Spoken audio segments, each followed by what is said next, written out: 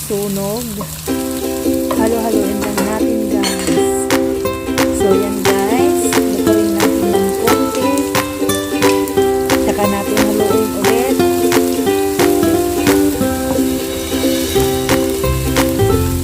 Para hindi masunog ang ating niluluto. Yan guys, ay lalagay ko na rin yung ginger. Yan guys, napaka-easy pagluluto ng insilagang langka. Yan guys ang ating ginigisa ngayon.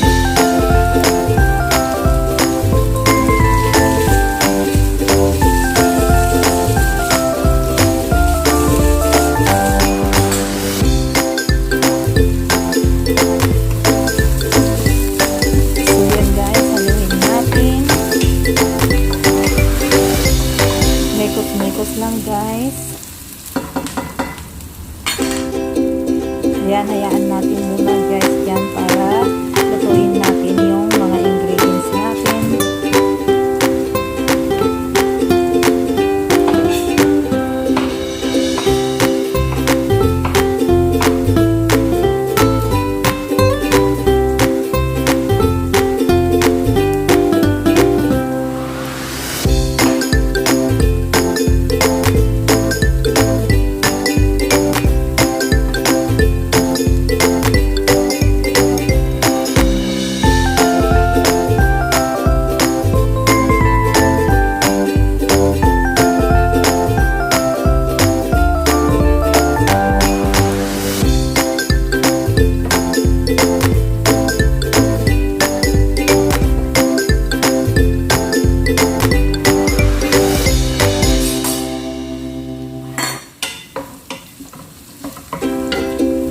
Ayan guys, hinain natin ng apoy at ilagay natin din yung kamatis. Yan guys yung ating kamatis. Naghiwa ako ng 3 kamatis guys. Yung pulang-pula. At yan lang guys, super easy. Halo-haloin lang natin para hindi masunog ang ating niluluto, ang ating mga ingredients. So yan guys, at ngayon guys ay lutuin ko rin yung kamatis hanggang lumabas ng kanyang mantika para magisang mabuti ang ating mga ingredients.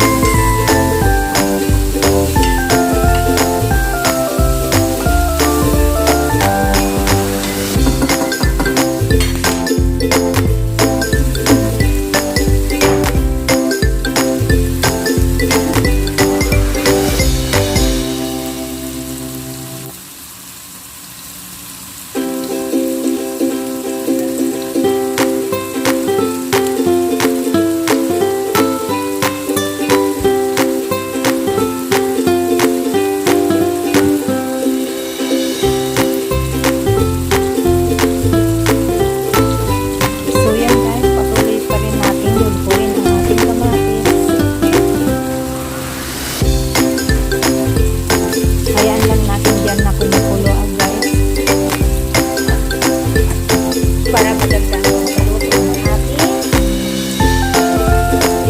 mga ingredients.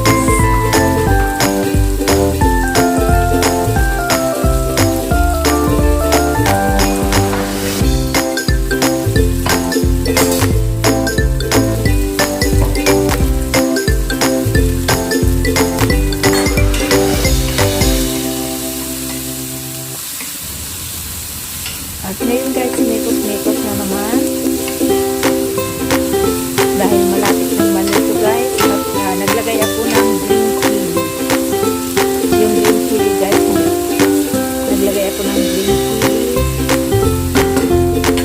So yan.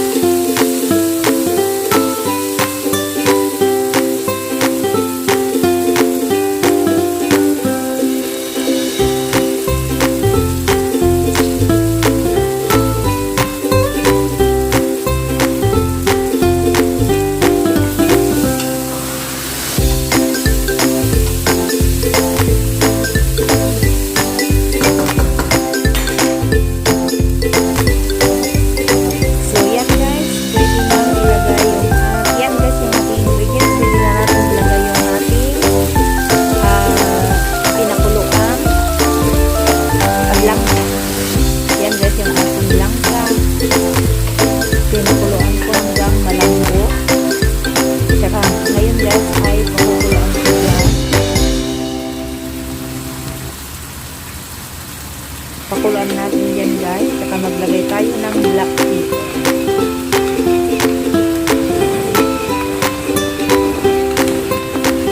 Yan guys, nilagyan ko ng black pepper ang ating langka. Habang kumukulo yung ating nilulutong langka.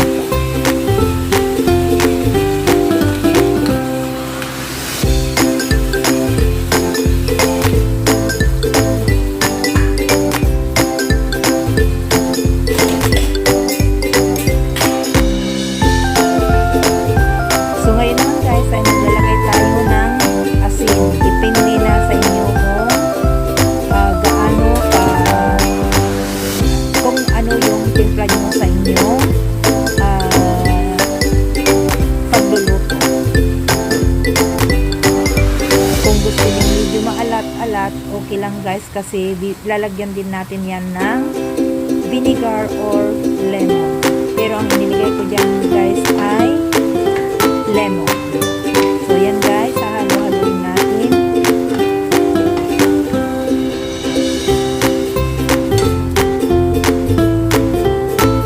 Lutuin natin lutuin natin ng konti hanggang matuyo ng konti yung kanyang sabaw. So ayan guys,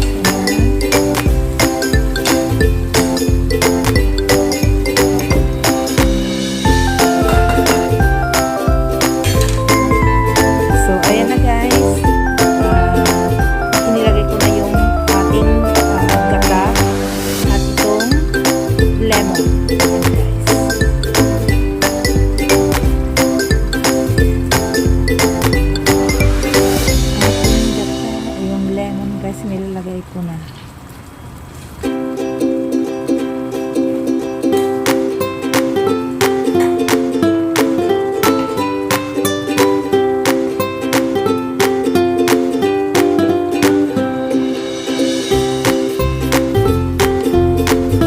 So yan guys, haluin ulit natin at lagyan din natin ng asukal. Timplahin na natin guys kung ano yung ating panlasa sa ating mga niluluto. Yan guys ay mayroon ng lemon at sugar. At ngayon guys ay pakuluan lang natin hanggang kunti lang yung sabaw. Kasi guys, masarap yung ensilada kung kaunti lang yung sabaw. So yan guys, hanggang sa muli. Ayan guys, naglagay ko dyan ng sugar. Sana itry nyo ring lutuin ito guys dahil napakasarap. So hanggang sa muli guys, maraming salamat. Kayo nang bahalang magtimpla ng asukal dyan guys kung gaano karami ang gusto nyong ilagay ng sugar. Para sa akin ay gusto ko yung maasim na maalat at matamis. Yan lang guys.